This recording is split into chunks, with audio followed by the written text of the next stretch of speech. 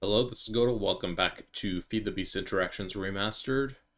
So last time I was trying to get some blood shards, and as you remember, was having a pretty hard time about it, and I was like, I don't think this bound Kopesh is working, so I ended up going into cheat mode temporarily. I just exchanged the bound Kopesh for bound sword. It was basically the same ingredients to make, and I was like, okay, let's try this, and I finally got one. And I said, okay, I was going to enchant it off camera, so I did get my enchanting back onto it. I got sharpness 7 and eluding 5, which is pretty cool. But let me show you this really quick, because this is kind of obscene. And, well, first of all, there's a lot of things down here. This kind of shows like how unlucky we were getting, right? Look at this. One skeleton over here. Well, we didn't get anything from that guy, but let's try a different monster. And we're also not near the altar, so sheep. I don't know if hostile mobs count or passive mobs. I mean, my inventory is rather full, so I'm just like trying to dump everything as I get them. Doesn't seem to be any more hostile mobs up here. Let's go back down in the hole and kill some stuff down here.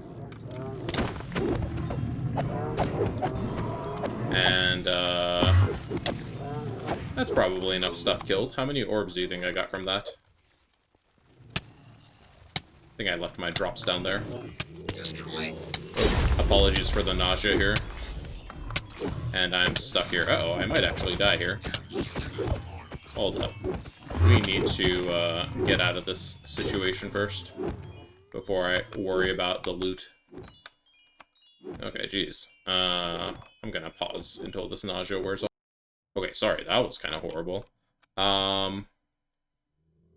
Anyways, I didn't actually get any blood shards from that, but I did like the same thing last night, and I got like 30 blood shards after killing like 10 things. And I'm like, yep, okay, it was looting was necessary, and you did not need to be near the altar. So I don't actually know what the heck the bound Kopesh was doing, but it was not giving us blood shards. Anyways, today we are going to be... Let me put my sword away first. Today we are going to be doing some blood magic automation. So when we say blood magic automation, one of the major components is being able to put your items into the altar and then take your crafted items out of the altar. So first of all, let me show you some stuff on how this works. So the altar itself, it's kind of weird. The altar... Let me show you something interesting here. So let me get some blank slate. We can just make 4 of them for now. But I want to take 1. Hiding advanced tooltips. I forgot I had those on because I was looking at some stuff. And the weird thing about the altar is that this thing does not give any redstone signals while it's crafting or anything. But when it finishes crafting, it does something interesting. So watch this. And let me put the redstone on this side, just so we can see them both easily at the same time. So this is going to be done in a couple seconds here. So it doesn't actually...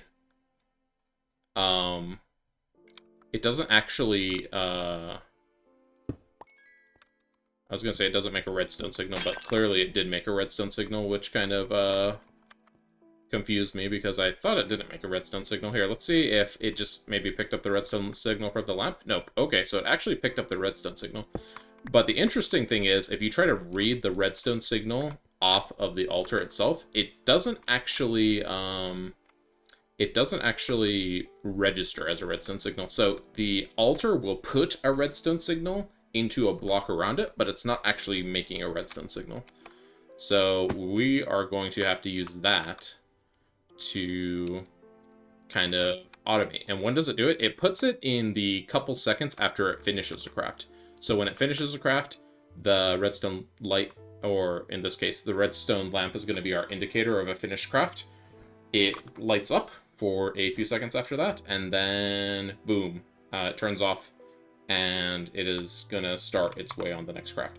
So, how are we going to use this? So basically, we need to have a system. First of all, we have our blood orb, And our blood orb is going to want to sit in our altar, just like as a default location for our blood orb. And whenever we're not doing crafting, we basically want the blood orb in the altar so that the blood orb can be charging our LP network. But when we are crafting, we need to take the blood orb out so that we can put items in. So we're going to have a few components to be able to do this. Step one, we're going to need our interface from Applied Energistics. That's going to supply the items. And then we're going to need a chest that interface is putting items into, kind of like as a staging chest. From there, we'll need a chest to take the orb out and store the orb in temporarily. Then we will need a... we will push the items from our staging chest into the altar. At that point, the items will start crafting, and we're going to wait until the redstone lamp turns on. Once the redstone lamp turns on, we are going to suck the items out of the altar and send them back into storage. That will complete our craft. And then if there's no more items that we're going to be crafting, we want to put the orb back in. So, that's what it is in words. Now I've got it on paper here. Because I was like, okay, I'm going to need to probably write this down to get all this logic down. So here's our starting state, default state rather, in the top left here. We are going to have an interface pointing at a staging chest. We're going to have an orb storage, and we're going to have the orb in the altar, and then the lamp should be off at this point. The next step is going to be when we start a craft. So when we start a craft, an item is going to appear in the staging chest. Now at this point, we want to push the item into the altar and remove the orb into the orb storage. So we are going to set up, and I'm going to be using, I think the easiest thing to do this with is going to be integrated dynamics tunnels, which we now have access to thanks to the EV assembler. So we can now make these, and I'll show you how these work. I haven't used them extensively yet, but I kind of got a gist of how to use them thanks to our Wolf 20 tutorial from, like, I don't know how old it is now, 8 years old. It's an old tutorial. But anyways, so step one, we want to pull the orb into the orb storage, and then we want to push the item from the staging chest into the altar. And we also want to make sure before we do that, we are going to check the level of blood in the altar. Oh, let me turn off the background there. We're going to check the level of blood in the altar to make sure that the altar can afford the craft, because we don't want to push an item into the altar and then the altar can't afford it. And then the altar runs out of blood, and then we basically have a stalled craft that we have to go manually fix. So the push condition from the staging chest, we are going to push the items out of the staging chest into the altar when there is sufficient blood, and importantly, the lamp has to be off.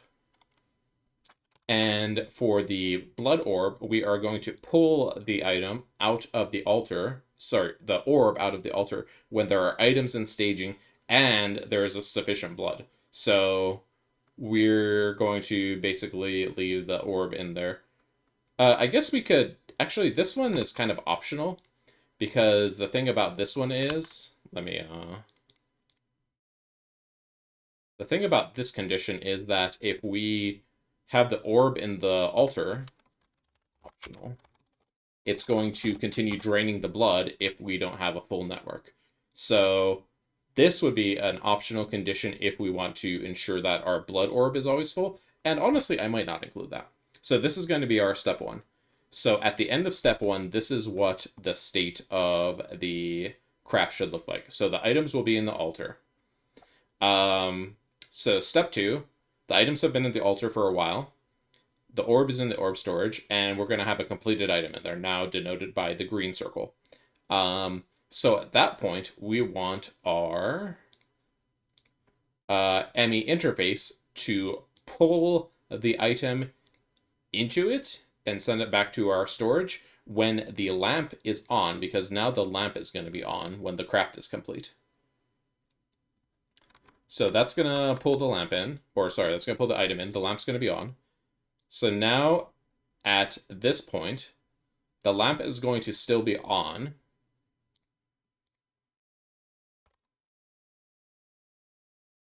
So at this point, we are going to wait for the lamp to turn off before we do anything. So we're not going to put the orb back, and we're not going to, if more items came to be staged, we're not going to stage them until the lamp turns off. Because if we do stage them while the lamp is on, the enemy interface is instantly going to suck them up. So we want to make sure the lamp is off before we do anything else.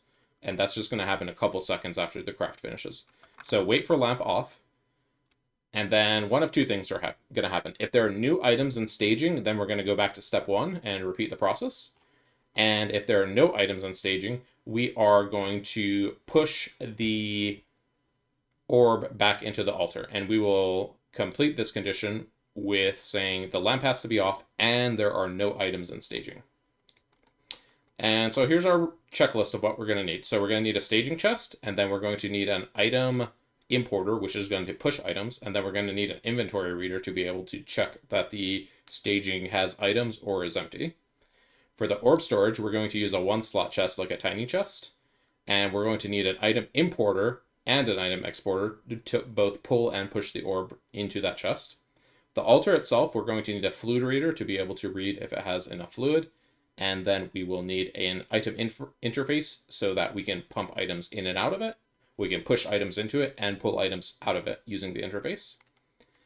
The redstone lamp is going to be there to check the signal. It's going to be both a visual signal, and then we're also going to attach a redstone reader into it to actually pull that redstone signal. So we're going to know the lamp is on because it's going to have a redstone on it. And then finally, the ME interface is going to be what is pushing the items into our staging chest, but it's also going to pull the completed items out.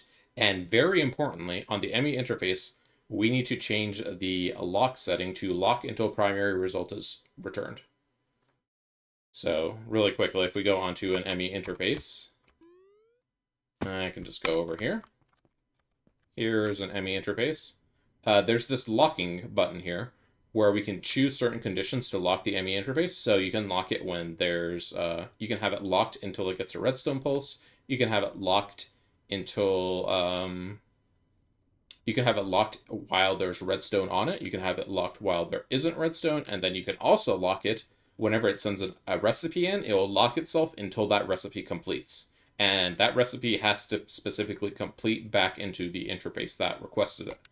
So pretty much if we want to craft one of these bad boys, we could say, okay, blank slate makes reinforced slate, and then it's going to send one blank slate over, and it's going to lock the craft. And then it's not going to release the lock on the interface until this reinforced slate completes. So that's just a preview of what we're going to do. We're now going to go ahead and set it up. So I have my shopping list of items over there on my MS Paint. Let me make sure I have everything in my inventory. So here's a chest we can use for staging. I'm going to need a tiny chest or something. Tiny chest. Chest. Here we go. Mini chest. That's what they're called. So I'm going to make a mini chest. A mini chest is just like a regular chest, but it can only hold one item in it. So with that, we just are going to have our blood orb in there. This isn't our blood orb, but we'll have our orb in there, and then nothing else can go in here because the chest is going to be full. So we're going to need some variable cards for integrated dynamics. We're probably going to need a variable storage, which I already have made here. We're going to need a redstone reader, which I have in my inventory already. We will need the quartz cutting knife, but not right now. Let me put that in my storage, and we're not going to need this programmer right now. I'm going to put these bricks away. I made a hole on our altar just because we're going to need to route a pipe up there, so I just made a hole in the stairs. We need a inventory reader. And then we need a importer, exporter. So we need 2 importers and 2 exporters and 1 interface. So here's our interface. Let's make an item importer. Oh, I should have made 2. Whoops. So item importer, we're going to need one more of those, and then the item exporter uses a importer with redstone. Okay, so there's all of the importers we need. We have some logic cables. We have our, do we have a fluid reader? No, let's make a fluid reader. Wait, I thought I had a fluid reader. Oh, I do have a fluid reader right here. Okay, never mind. Okay, so we have our fluid reader, redstone reader, and inventory reader. And we're going to need our interface. Okay. I'm still surprised that stack of initial, like, I don't remember how many interfaces I made, 40 of them or something. We're still going strong on those. Okay, so I'm going to put this stuff under the altar, I think. And I'm going to make a hole here. And we're going to run logic cables from our altar to underneath the altar. And then for now, I'm just going to have a hole here just to get in and out. And what's going to be our easiest way to get out of here, I guess? Let me put like a cobblestone there so it's easy to jump out of here like this. Okay, so that'll be how we get out. Up here, we are going to put our item interface up here. And we're also going to need to read the fluid. And we're also going to need to read the redstone lamp. So this is going to get a little covered up here. I'm going to put the redstone lamp underneath. Oh, I already had a redstone lamp under there. Oh, why did I make another redstone lamp? Oh, well. So we're going to read the redstone lamp from under here. Just because it's like a whole block, so it's going to look kind of bulky if we have it up here. I don't think we can put a reader and interface on the same side, right? No. So we're going to have the fluid reader on this side. And we're going to connect those up. This is now going to travel down here. And we're going to need to connect that up. And then we are going to have our staging chest with our interface pointing at it. So I'm going to wrench the interface so it is pointing only there. It should only deliver items into there. And then we are going to have our inventory reader on our staging chest. You know what? Let me go ahead and scoot this back by a tile so that it's in line with the center of the altar. We're going to have our mini chest. Where's our mini chest? Did I put it in storage on accident?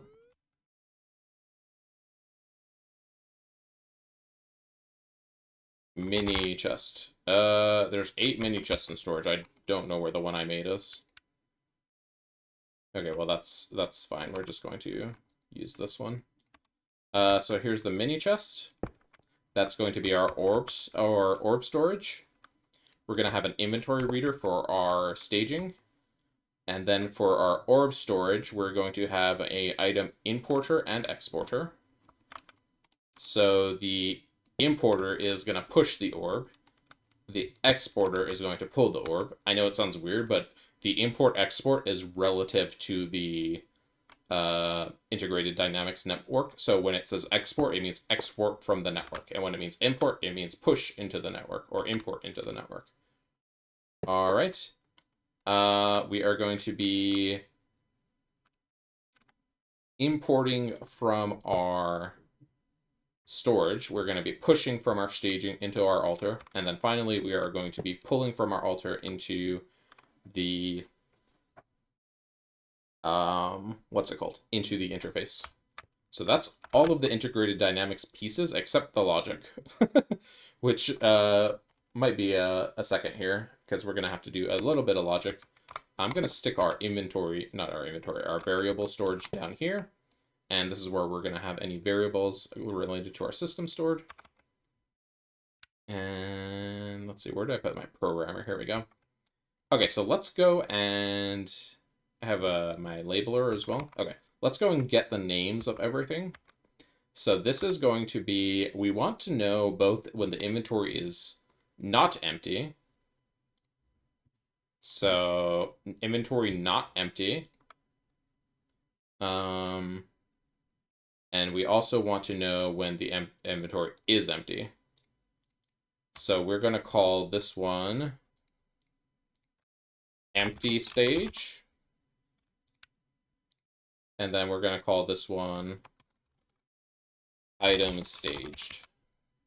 Or how about not empty stage? I don't know. Kind of weird. So not empty stage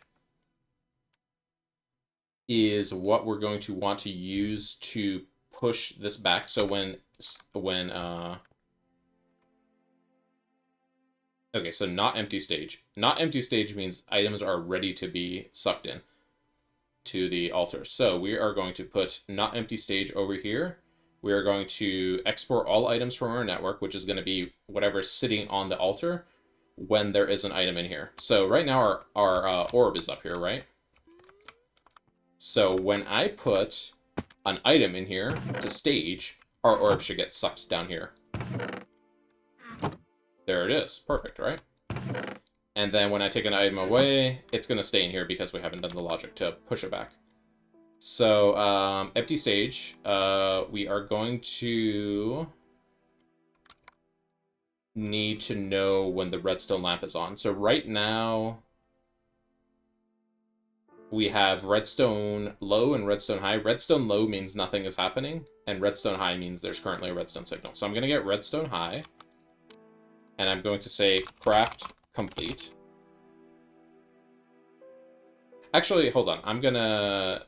I will need this one, but I'm also going to take another variable, and let's make a... I'll just say this is a default state. So we will call this default state. Whoops. Okay.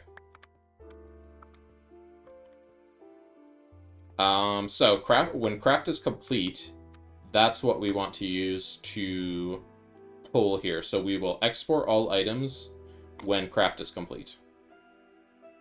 And I don't think we need that variable for anything else. We will now push the orb back. We want it to be in default state and the stage to be empty. So let's go and we're just going to say this, and we're going to call this variable as empty stage plus default. Whoops, default state. So there's empty stage plus default state. So when we put this in here, that should be what pushes the items back. And right now it's saying there's an error. That's because we have the variables in our inventory. So there we go. If we put our orb back, it should stick it back upstairs. It should be back on the altar. All right, so there it is on the altar. When we stage an item, it should come down here. And when the item is done, it should go back up there.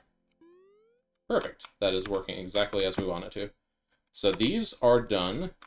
The next thing we need to do, this one's also should be done, so we can test that that's complete or that's working. So let me get a, let me just get another blank slate. So we can actually go ahead and test a craft here.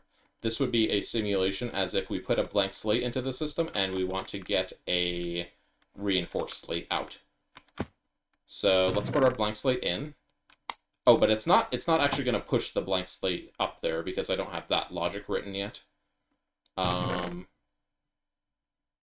let me just put a cobblestone up here, and we are going to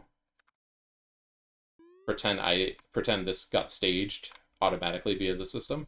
So that is now staged, and I'm going to get rid of this cobblestone because the item that was in there, I just put it in there as a placeholder. So as soon as this finishes, it should suck the reinforced slate out. It should wait a second for the lamp to turn off, and then it should put our orb back.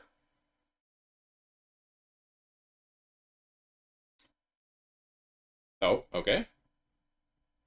There we go. That's exactly what we want to see. And our completed item should be in the interface. Yep, there it is. Okay. Now all we have to do is write the logic to put the item into the altar. So in order to do that, we have a fluid reader here. We can read the ratio of the alter. So I'm just going to read the ratio of the alter. So let's get the alter ratio here. Alter ratio.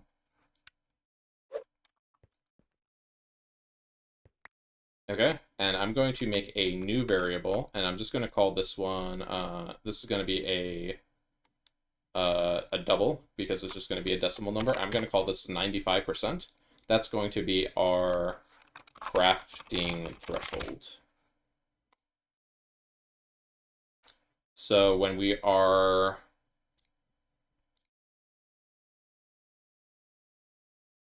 wait, we're also going to need to do greater than. So let's find greater than.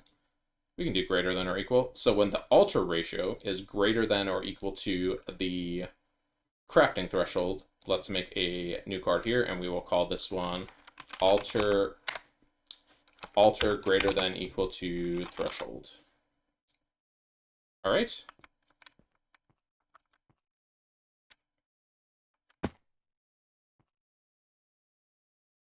And then where is lamp off also? We're going to need another copy of lamp off. I think it's in here already, right? Yeah, default state. Okay. So these two are just going to live in here. We're going to need when alter is above threshold and default state. So let's program that really quick. And alter and threshold.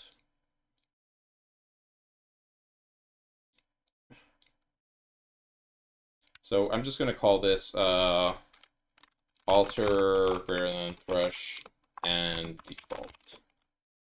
I'm going to put parentheses to make sure we know those two are grouped together, and then this is separate. Okay, so there is our condition for pushing the items in. So when the alter is above the threshold and the alter is in default state, push an item up. So right now it says that it is. So if we push a reinforced slate in here right now, it should go up to the alter. The alter should begin crafting it. When it finishes crafting, it should put the, what does it craft into? The imbued slate down here, and then it should put our orb back. So let's see if this all works. Okay, there it goes. Here's our orb.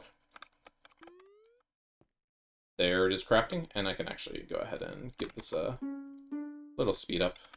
So as soon as that's done, we should... The lamp turned on for a second. It should have sucked the item out. Uh-oh. Hold on. I think the time in the bottle messed it up. So let me try again. The time in the bottle messes with how long the redstone is on, and I don't think it was on long enough to pull the item out of there. Let me get a slate. That, or there was just something wrong with the import condition. So let's try that again. So our orb is back up there, as it should be. Let's make sure we have enough blood as well. Oh, we actually do not have enough blood right now, so let me go speed up our blood generation. There we go. So we're now above 95% as of now, so it should initiate a new craft. And you are going to be craft complete.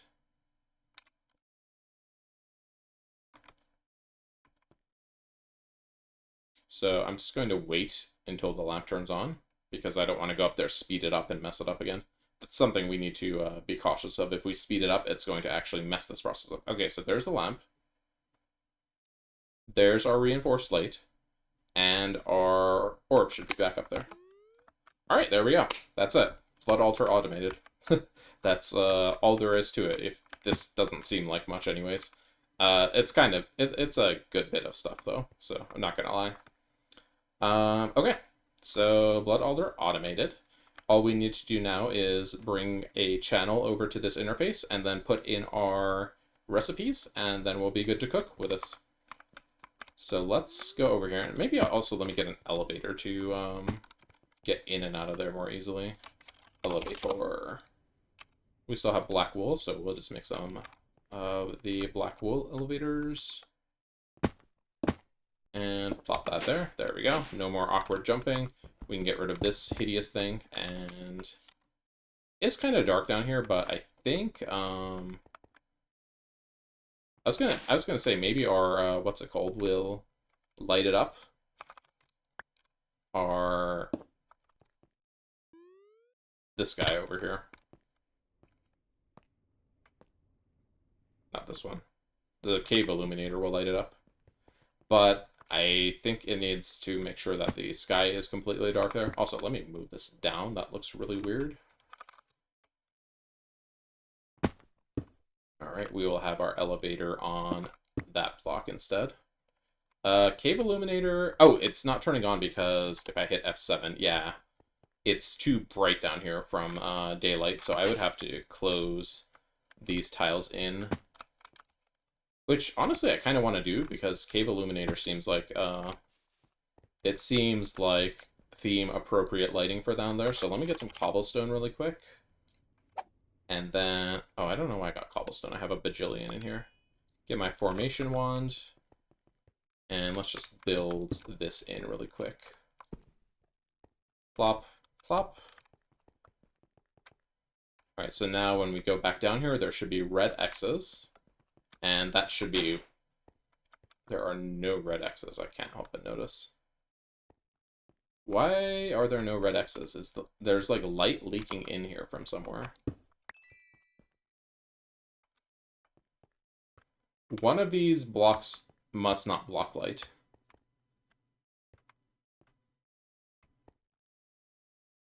I think it might be these stairs here. Yeah, okay, well, whatever. I'm not going to go rip up all the stairs just so we can have illumination orbs down here. I'll just get some torches like a normal person.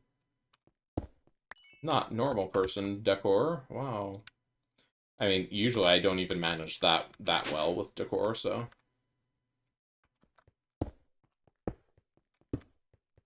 And why not just keep night vision on?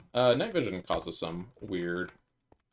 things to look weird. Like if we look in that corner over there, it looks like there's some coloration here near the torches, and then it's just a weird grayish coloration over there. Natural lighting, or actual lighting, does tend to look better. Okay, so this is set up. We just need to make our recipes and hook it up. Okay, so let's use our network visualizer tool to see where we're working with channel-wise. So this is where we want to be. So we have our controller is over here. We have this branch, which is... We could probably afford to put one channel from this branch over here, because right now there's 13. That has ME drives and our molecular assembler and some other things over there. So that's what I'm thinking. We'll just take one channel off of that branch. However, if we wanted to, we could also P2P off of that branch, but we're not going to need a bunch of channels over here. Like, I think we're going to need one channel maybe. So I think just having one channel or a few channels off of that branch would be fine. Let's go down and take a look at that. Then what the channel situation is doing that.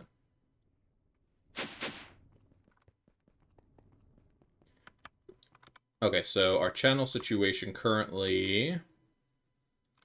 We have the fluid discretizer here. Let me move that, because I don't know how that's actually connecting to this. I'm going to move that. How about I put it up here with our auto-crafting stuff? Oh yeah, I didn't talk about this, but I put a interface here, and this is just an interface for filling buckets. So 1,000 drops of water makes one water bucket. So yeah, I just needed like a tank to be able to put fluids in. We had that before with logistic pipes. I just didn't need it until recently. Also, how's our item storage? Looking pretty good. You might want to defragment it soon. Our fluid storage is actually getting pretty full. We only have 3 fluids types left. Unstable mana is an intermediary. Nacro I put there manually. And then styrene butadiene's intermediary. Zephyrian Erythium. What did we make that for again? That's for our infernal multi-block. And then Essence of Knowledge was a crafting intermediary. Polyphenylene sulfide is for intermediary, and liquid glass is for intermediary. So we have a few things just sitting in there. Anyways, right now we have 4 channels coming off this branch. Let's go ahead and just grab some smart cables. Oh, I have the terminal right here. Smart cables and run it through to our altar. Or I'm actually going to go the other way. I'm going to come from our altar into that room so we don't overshoot where we're trying to go. So let me get my visualizer again. So this is what we want to line up with. Let me go down here. And let me put this in my offhand so I know when I'm lined up. Okay, actually this is exactly where I want to be. So let me... I don't know why that was so funny. I just busted open the wall and there's the point that we want to tie into. Let me make a bit more room in here so I can actually reach the cable I want to connect to. There we go. Alrighty. Here's our cable. Just fill this in. Oops, not that one. We'll keep it in the floor is fine. And I will have it bend it this way and go and stick into that interface right there. Oh, I forgot an important thing here. We need to lock crafting until primary crafting result is returned. Almost forgot that. Alright. So this should now take our slate and stick it back in storage as soon as we get the channel allocated there, which takes like, I don't know, 5-10 seconds. There it goes. Alright, so this interface is now live. Let's go and make some patterns. So right now, our altar can hold 10,000 blood. So any craft that we want to do, we want to make sure that it's going to be less than 10,000 blood, or up to 10,000 blood. So let's look at the recipes that we can do at the blood altar. There's a good handful of recipes in here. We don't need this recipe. Though this recipe is kind of interesting because this could let us get blood out of our altar depending on how fast we're crafting. So we could use speed runes instead of displacement runes and use buckets to get the fluid out. That's kind of funny. Are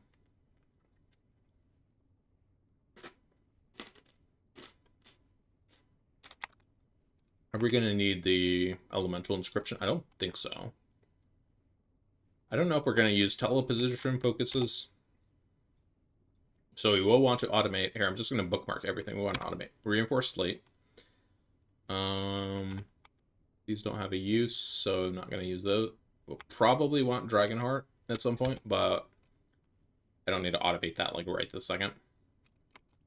A Vetus, a Radiant Star. That's the one that we used earlier to reset our stats. If only we had kept it, right? Oh well. Then we can get the Archmage Blood Orb. We're not at tier 5 altar anyway, so it's not really relevant. Transcendent Blood Orb. Okay, we will want this. Dreadthorn, I don't think we want or worried about. Healing Fragments, we have plenty of those. We already have one of these. These are not useful. We're only going to need one of these, so I'm thinking not automating this one. We can automate this when we actually get said Dragonheart for that. Cardboard box, I don't know why that's even a recipe in here. Glitch infusing it makes blood infused glitching it. What are these used for? Are these used for anything? Blood infused. Or is it just like a edgy weapon? Doesn't look like it's actually used for anything, so yeah, not worried about that then. Where were we? We were on this page. Key of Binding. Craft another bound item to transfer owners. Ethereal Slate we will need. Demonic Slate we will need. Pig Iron, I don't think we need this for anything. Yeah, so according to this, just these 4 recipes for now. So let's go ahead and write these recipe patterns. So Reinforced Slate, it takes 2,000 blood. So we are going to make this do 5 at a time. That will be 10,000 blood. Imbued Slate takes 5,000 blood. So we will make this do 2 at a time. That takes 10,000 blood. Demonic Slate. This takes 1,500 blood. So, and then the Ethereal Slate also takes 30,000 blood. So we can't currently fill these with our current capacity, but I'm going to go ahead and make the patterns anyways. And what I'll do is, as we can afford those, I will scale the recipes appropriately. So, Demonic Slate, I'm just going to do 1-to-1 here. And then Imbued Slate, I am just going to do 1-to-1 as well. And we're just going to have to make sure we don't do those, or if we do those, we need to come over here and babysit it with, like, the time in a bottle. Like, I'm fairly sure we would run out of stuff for this, because how fast does it do? It does 20 LP per second, or per tick. So that means it's doing 400 per second. And then how much are we generating per second? So we are generating 108 divided by 3 per second. So 108 divided by 3 is 36. So in total, we would be losing 364 per second. And we would need to maintain this for 15,000 divided by 400 would be 37 seconds. So 37 seconds, 37.5 seconds times 364 would not get us there. So we would run out to like 1.5 thousand blood before we get there. So we would need to get more runes that increase either this or the capacity of the altar to be able to do that. So for now, we will need to remember, if we do craft any of those, we need to come over here and give it a time in a bottle so that the recipe doesn't break. Okay, let's go ahead and give it a shot then. So let us request a reinforced slate. I'm going to request one, but it's going to try to make 5 at a time. So, because that's what I put in the recipe. So here it goes. It's making the blank slates. Okay, it should be crafting them now.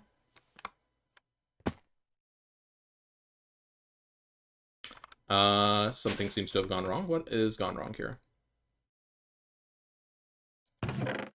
We have our blank slates there. Uh-oh. Part with ID 49 is missing. What is ID 49? That's this. What do you mean, part with ID 49? It's right there. Oh, I'm dumb. I forgot I disconnected this right here. Somebody is like, was probably like, when's he going to remember that he broke that cable? All right, there we go. And instantly it goes in there. Took our orb away. It put these slates in here. I will go ahead. I think it's safe to accelerate it by 1 tick because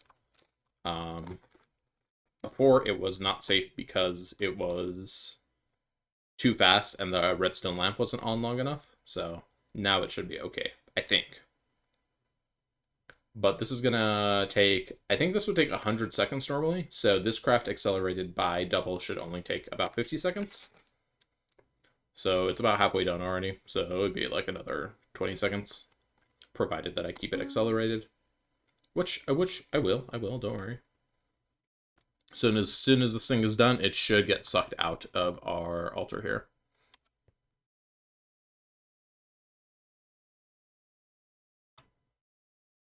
There it goes. Alright, perfect. And I put the orb back. Alright, that's beautiful. Alright, that's automated. Next thing we're going to do is come over here and automate the runic altar in the same episode. That's right. That one's not going to be as complicated, though. So, oh, here's the mini chest. I was, like, looking for that thing earlier. Alright, I'm going to be back in a bit once I am ready to work on that segment of the episode. So, see you in a few. On my side, anyways. For you, it's going to be instant.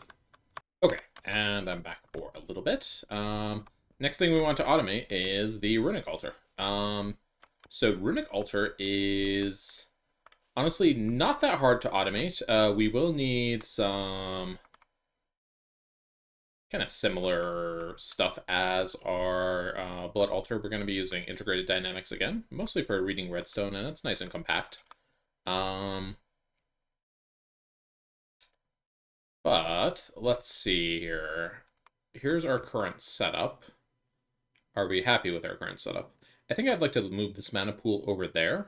So let me get my drawbridge. I also, you probably might have noticed that I upgraded the mana pools over here. They were the small ones before. I just updated them to the bigger ones. So use our drawbridge to move the mana pool over there. Hey, and the mod pack told me to do that. I'm not cheesing it myself. It's the mod pack, I tell you. All right, and we're gonna move one of these spreaders over to that side. And honestly, like, probably 2 spreaders is more than enough for this. Especially spreaders of this length, so, or strength, rather. So, gonna put that there. Let's get our Wand of the Forest and aim this at the altar. So that is basically as close as it can be to the altar. It goes from like corner to corner, so this is like a 1 pixel distance. In fact, so close I don't think that tiny planet over here can even catch the pulse. I think the range of this is the maximum range of the tiny planet.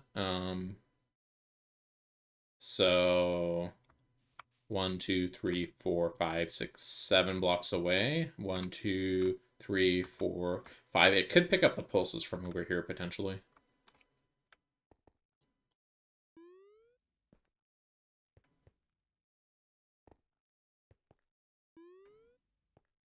Okay, and then we are going to need a channel over there. This is also going to be a good opportunity to get this hooked up, I guess. Let's come under here. We're going to need access to the bottom of this as well, I think. And then our room should just be directly below the surface here, so if I punch through this way, we should get into our basement. Hey, how about that? And then we have a channel line over here. Let's see. Let me pull a channel off of our multi-block line over here. This one that comes over here. Let me get the network visualization tool so it's easier to come up talk about what I'm counting of. So we have a P2P coming from our controller up to here and then going this way. So let's get a channel off of that one. This one is currently, what are we pulling off of it? We're pulling 7 channels off of it currently. We are taking 5 and sending them down to the EBF and the titanium EBF. And then we are sending one up to our multi-block smelter. And then we are putting one into our interface here, which is powering our... This was our, what's it called? Our precision assembler for advanced rocketry. So yeah, anyways, let me just go ahead and grab some smart cables, and we're just going to run it along our main branch here, not actually connecting it to over there. So I have some smart cables on me already. Let me go and get some more out of our terminal. Smart. Make sure we get enough. Interface. And then in order to automate the runic altar, this isn't something that has an inventory that you can push stuff into. You actually need a right-click it. So we're going to need a user as well. I think I have a spare user. Oh, we have 2 users. I think we might need 2 users.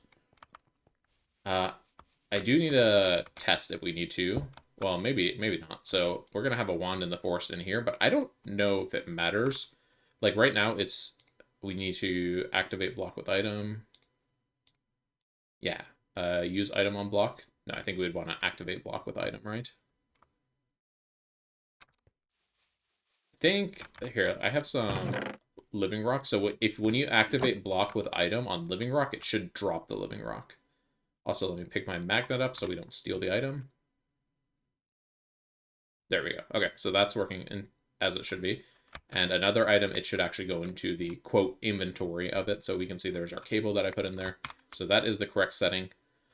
I don't know why you wouldn't necessarily just want to hit there and smash it with the wand nonstop, so I'm just going to leave it up here, and I'm going to say upper left slot only, so this should be the only thing that's ever right-clicking, and it should always right-click, even when it's not doing anything, because I don't think it will matter, to be honest. So we're going to have that for putting the items in, or sorry, for finishing the craft. We're going to have a mechanical user here for putting the items in, because you also need to put them in with right-clicking. So activate block with item, and I'm just going to say random slot, because we're going to need to put all of the items that we bring in. I don't suppose there's like a better automated user, is there? I think there's something called the world interaction, the world block exporter or something like this. This can basically simulate, or is it player or something? Hang on. Oh, this one, player simulator from Integrated Tunnels. The problem is it needs world item exporter and importer, which we can make right now. That's not the issue. The issue is the world block importer. We need IV, IV piston and IV conveyor belts to do that. I don't know why this is scaled up so high. It's at the point where like you're gonna get there and be like, well, this is quite an item we need here. I guess we're not using this now. Let me see here. How am I gonna get the item back into our interface? Here's what I'm gonna do. I'm gonna put the interface down and I'm gonna wrench it so that it is facing up there. That's where we're gonna put our items. We're also gonna tell this one to lock crafting until primary crafting result is returned. Let's go get our channel now. And let me just get some red cables, sure. Okay, and we don't need any more colored cables here, so let me go ahead and bring those over here. I'm thinking how I want to get the items out, because when this finishes crafting, it just kind of drops the item on the floor. So we need something to pick the item up with. I'm thinking, don't we have like a item collector? Item collector, we can turn it into an advanced item collector, and then the advanced item collector, we can put a filter in it. So let's go ahead and do that. And then let's get a filter. I believe it takes this one right here. The item filter. It's just some yellow dice. We don't have yellow dice, huh? Do we have dandelions? We sure do. Let me put two of these dandelions over here to extract into yellow dice, and then let me actually go ahead and let's duplicate these so we don't run out of them on accident. So dandelions, stick you in there. And then let's just like craft like 100.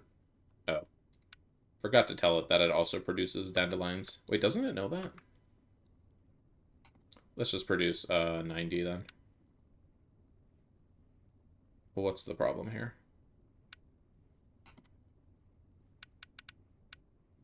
Why is it failing the simulation? I'm slightly confused there. Can we craft one?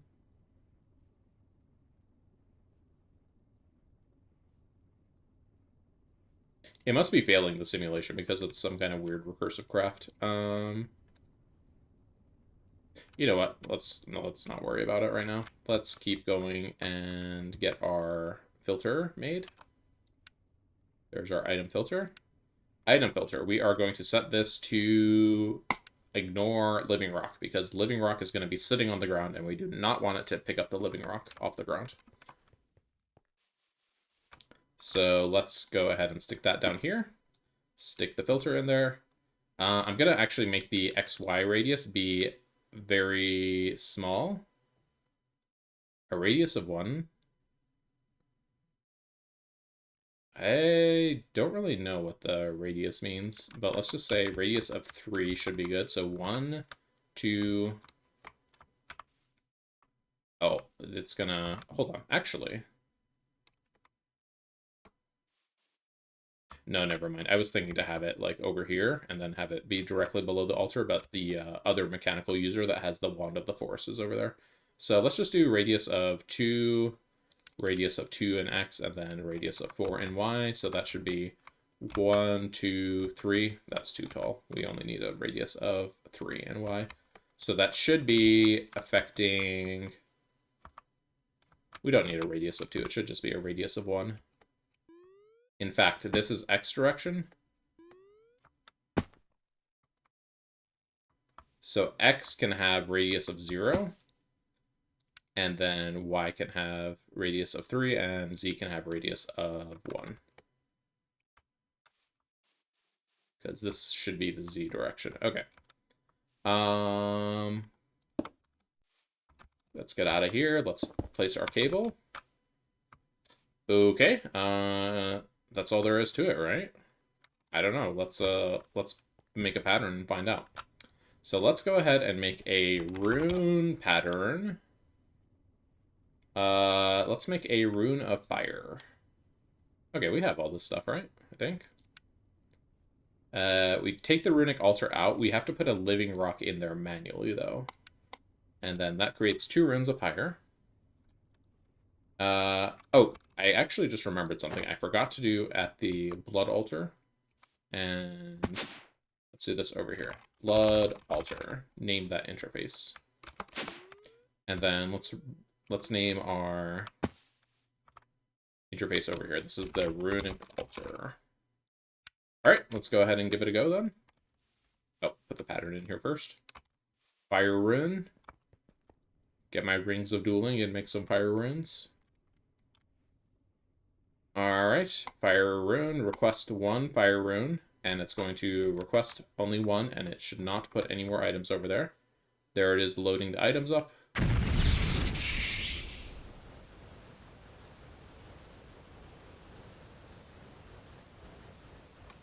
Okay, we're having a slight problem. The tiny planet is actually stealing our mana over here. Let me just go ahead and break the tiny planet for now. Alright, so now it should want the living wand to activate it. So why is the living wand not activating currently? It has the living rock there. Do we need to use a different mode on the user? Let's go under here and check what the user is set to.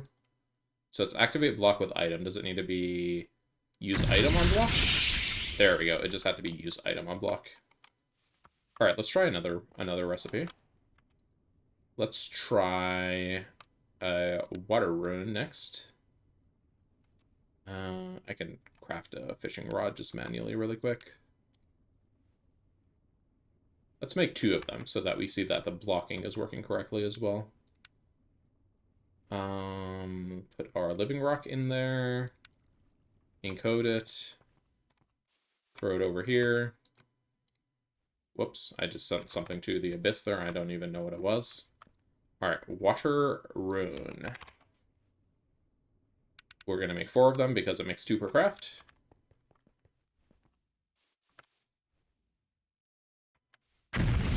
Alright, there it goes. Oh, and it's done already. And then I put the next one in there. Okay, perfect. And the item kind of like flies out, so I guess it's better that we have an extra radius here. Just to make sure we don't lose the item somehow, let me get back under here and adjust this. We are going to actually use a radius of 1. I'll actually make it even a little bigger just in case it like flies over here somehow. We don't want to lose our craft because it went AWOL. And suddenly decided that it was time to fix that dirt. Okay, cool. That's now the runic altar upgraded. So now we can combine the best of both worlds. We can use some runes over here. Technically, there's no real need to have these runes down here on this tier of the altar. So I'm actually going to pick them up so that we can use them for crafting.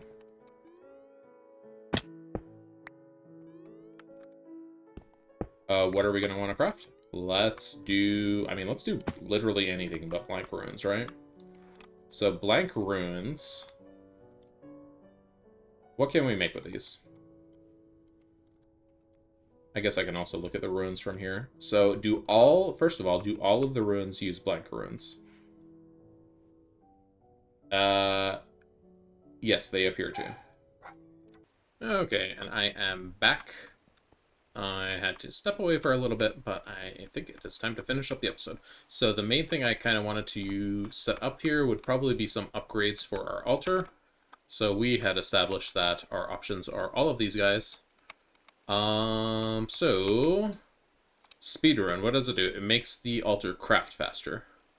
Good if we can support the crafts we're doing, bad if we are very slow at generating blood. Right now our bottleneck's going to be generating blood. Efficiency rune, we can't actually make more of those. So what we have on our altar is all we're going to get, because we only get those from the quest reward. They also kind of suck. So, Rune of Sacrifice lets us get more blood for each operation. Good, but we can't currently get Vengeful Will Crystals.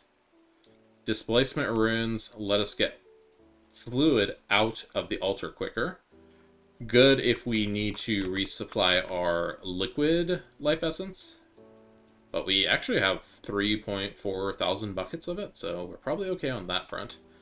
So what we're probably actually looking at is runes of capacity and runes of augmented capacity, which are slightly distinctly different. Rune of the Orb also increases our orb capacity. Charging Rune is also an interesting one because that makes it so that it kind of stores crafts up. But so does just like filling up the altar with blood. Though it's instant, so that's interesting.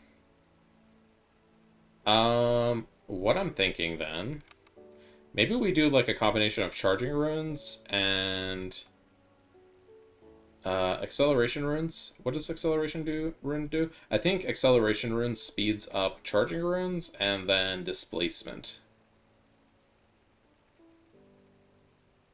It's also rather expensive mana-wise. Let's do some just runes of capacity, and then let me do runes of augmented capacity as well. I need to do some math because I think one of them is additive and then one of them is percentage based. So let me see. Rune of capacity is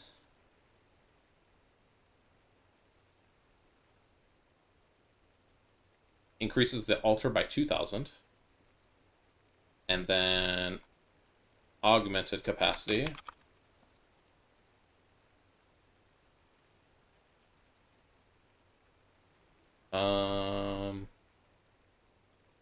let me see here. Oh, there's some math involved. Okay. So augmented capacity increases the capacity. No, hang on. That's not what version we're on. We're on this version. So it adds 10% extra LP.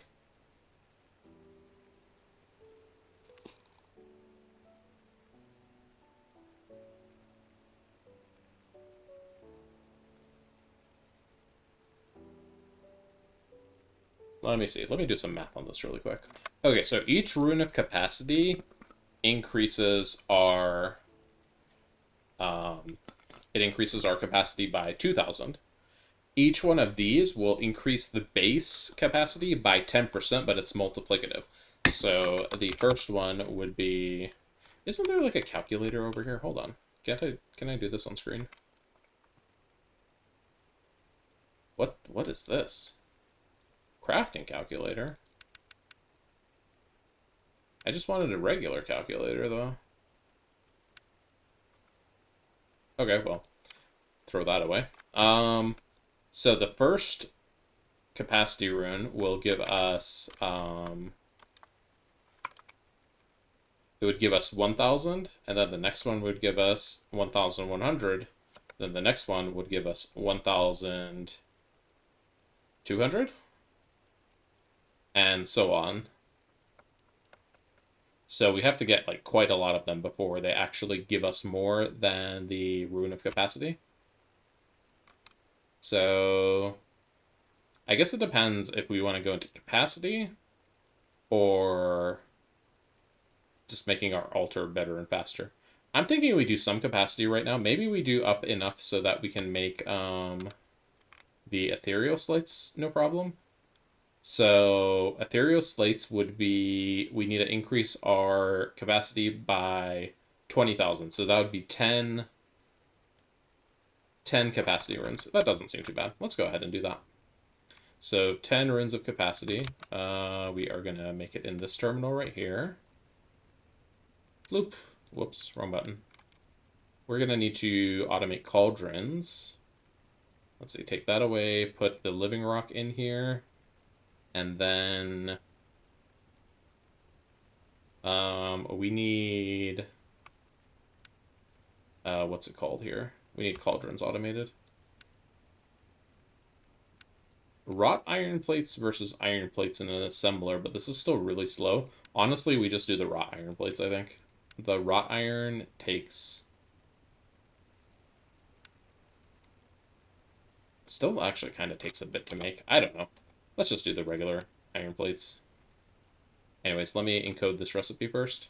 Now I'll do the cauldron. And this needs to be in the assembler. And this one needs to be in the runic altar. Alright, let's get some capacity. We are going to make 10 of these bad boys. Which we already have all the stuff to make, so that is good that we do not have to do any more blood magic at the moment. So we're going to be upgrading 10 runes of capacity. These efficiency runes are basically useless for us, so I think I'm just going to chuck them. Let me just double check what they do, since I'm waiting for crafting anyways. Rune of efficiency is...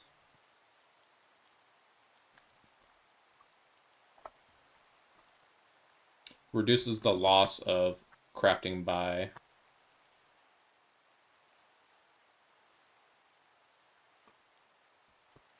20%. That's actually pretty significant.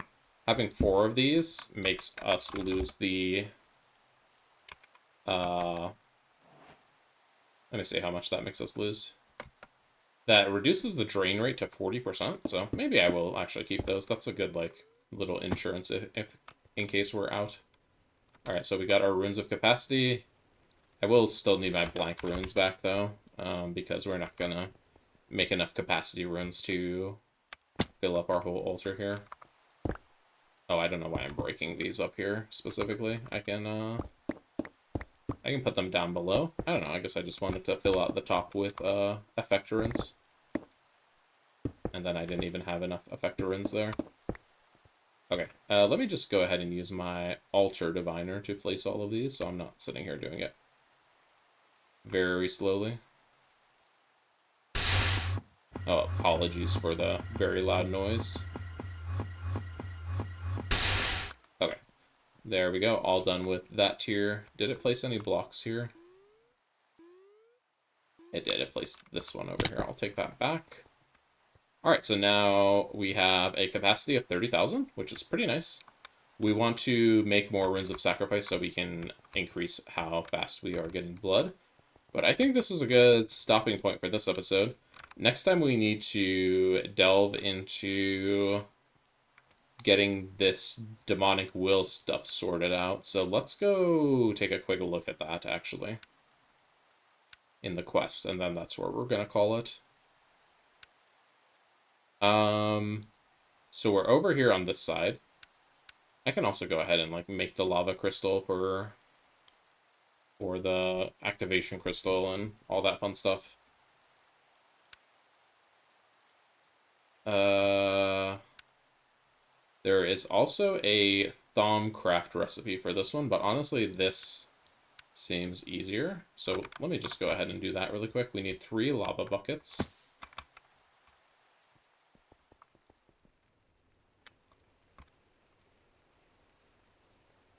We still have our lava tank down here in the corner, right? Alright. Also, you might notice that I'm not taking fire damage from lava anymore. That is because the hot or not mod that was doing that, it was dumb, and I got rid of it. So, sorry. I recommend you get rid of it too, because it's dumb. It just always is hitting you, and it's more annoying than it is like a challenge to get over. I We were doing lava crystal. Here we go. Oh, we need an orb. I have an orb. Why isn't it just taking that one? Alright, go ahead and stick that orb in there, please. Alright, there's our lava crystal. Even let us keep the buckets. So what do we do if we wanted to craft manually? That's easy. We'll just go manually put something in here, and it's going to trigger the process of automatically getting that made. However, yeah, the blood altar needs to fill here. That's going to take a little while. But that's going to send it to our storage, so later in our storage, we're just going to find the weak activation crystal. Bada bing, bada boom. All done. We're also going to need to make one of these guys, which means we're going to need to make some ritual stones. We're going to need to make a lot of ritual stones, actually. Let's go ahead and get ritual stone. Not the master ritual stone, just these ritual stones. We're going to need a lot of these. I might do like a big request of these before I log off for the evening. Let me make sure we have our orb in there so it doesn't get confused about what orb it wants. And yeah, Mark of the Fallen Tower. Does it say how many we need? Really quick, let's do... Oh, there is one more thing I just remembered I wanted to set over here. On this interface, I want it to be blocking as well, just in case we have a situation like this where we're manually making something, so that it does not interfere. And I guess I should do the same over here, though runic altar is kind of really annoying to manually do stuff on, so if I want to do something over there, I'd probably just make the recipe. Alright, we're gonna accelerate this really quick so we can start crafting our lava crystal. This needs to get 90% full, which there it goes. I'll also give it a tick of acceleration there. And then let's go ahead and do ritual stone. Let's go ahead and do the master ritual stone. So we should be able to auto craft. We don't have obsidian in our storage. That's cool. Okay, let's try that again. There we go. Oh, we must have already had the slates. Okay. And once again, it does not recognize our orb. No worries. There is our master ritual stone. And then activation crystal that just crafted in the blood altar. There's that. This quest is now complete. There's a bunch of ritual stones. Very cool. So I forget if we can see what the rituals are just yet.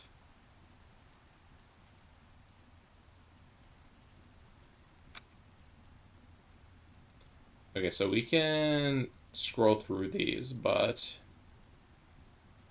I don't know if it'll show... Oh, it does show us. Okay. I think some of these are going under the floor as well, so we're not actually seeing the whole ritual here. Like, I would have to put it up here, maybe, and then we could see the... Oh, no, we were seeing most of the ritual there. Oh, yeah, like this one was going underground. We weren't seeing the underground part of that. Peaceful Souls. This is one we could use to farm will, but I think we're just going to farm will with technology instead of worrying about doing it with the blood magic. Interdiction, Green Grove, Timberman.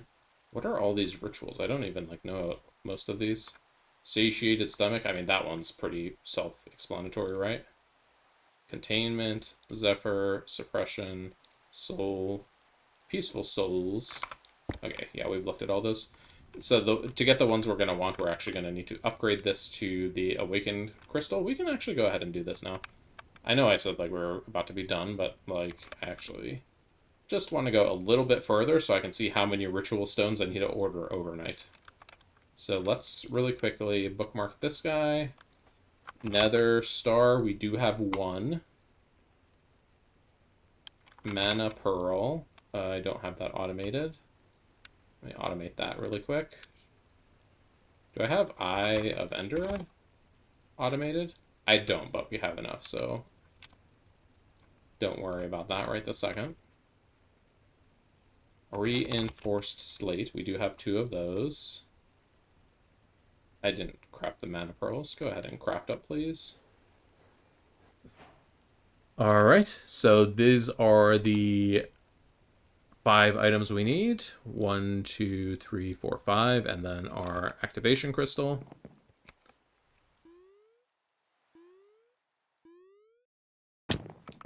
What is this? Why is there another brick over here? Oh, it's not another brick, it's the deconglomerator. I forgot we put that over there. Why is there another brick here? Alright, let me get this craft going here. Oh, I need to check our aspects really quick. Okay, so we need 32 Victus, check. 18 Potentia, check. 16 Examinus, pretty sure that's a check. And then 32 Tenebrae, check. Okay. We can go ahead and start this, speed it up.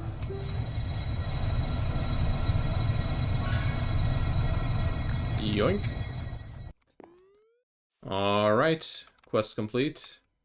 Wait, what? Hold on, what? Oh, it's the quest over here. I was slightly confused. Alright, so that's done over here. Now, the next thing we need to do is actually make said ritual. So, let's see. What rituals do we have now that we didn't have before?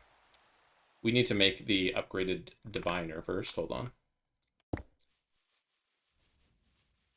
I guess I didn't need to upgrade the activation crystal. I need to upgrade the diviner. That is totally my blunder there. We need some infinity dust. Don't I have some liquid nightmare? Liquid... I don't have any liquid nightmare. Okay, so I'm going to need to get some flint really quick. And run to our void world. Wait, this means our diesel's not processing, doesn't it? Yeah, we're out of stuff to process diesel again. Though our tank over here is, like, kind of getting close to full, so... I guess it's not, like, a super urgent concern. I'll probably take care of this off-camera once I finish running around and getting this situated. And I didn't bring enough experience to do all this flint, but that's okay, we got enough. I only really needed 1 for the ritual diviner here. Oh, yep, now we're missing Eye of Ender, of course. This is chemical bath with liquid blaze. Oh, geez, we don't...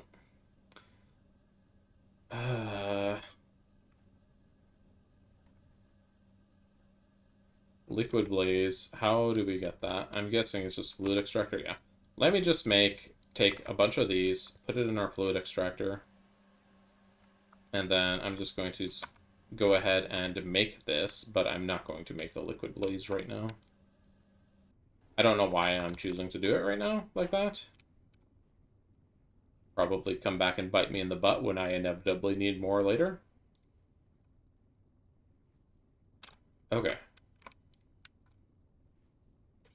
Ritual diviner. Wait, I had the mana pearls. What? Ah! Okay, ritual diviner dusk complete. Now, what can we do with this one that we couldn't do before? We have Mark of the Falling Tower. That's the one I wanted to look at to see how many runes it costs, or ritual stones it costs. So I'm going to put it on the edge here so we can... Yeah, that's a lot of them.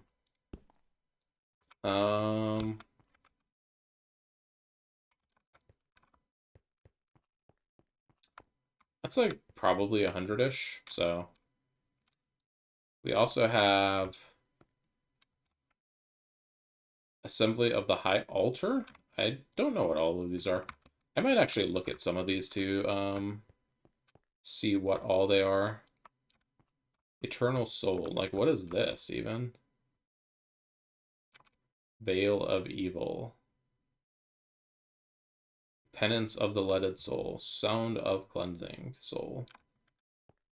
Like, these, I mean, they sound cool, at least. Aura of Expulsion.